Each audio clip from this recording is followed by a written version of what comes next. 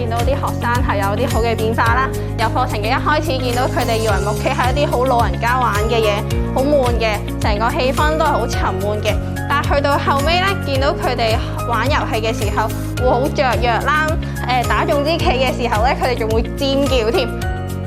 雖然嗰位同學咧都嚟自唔同嘅學校，佢哋一開頭都互不相識嘅，但係已經上咗一兩堂嘅時候咧，哇，已經係識咗好多年嘅朋友咁樣咯。喂，傾策略啦，我哋要打邊支啦，但係已經好主動地去同佢哋溝通啦。去到局尾嘅時候，我會見到佢哋會有溝通啦，有聯繫啦。見到啲學員咧有咁嘅變化，我哋都覺得好開心啊！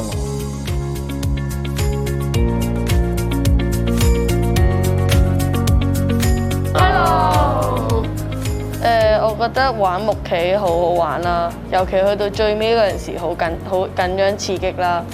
咁呢個新興運動咧，真係我覺得好刺激同埋好有趣啦，因為咧佢結合咗飛鏢啊、保齡球呢啲技術啦，同埋可以練到你嘅投擲技巧啦。呢個遊戲都會培訓到好多嘅技巧啦，係啦，例如策略嗰方面啦，係啦。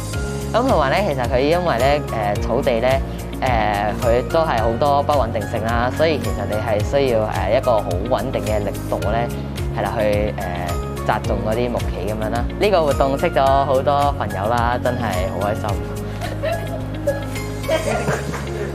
我哋希望透過課程咧，能夠令到學員咧培養到團隊精神啦、溝通技巧啦，同埋堅毅嘅毅力啦，對佢哋將來嘅發展咧，亦都會有好大嘅幫助。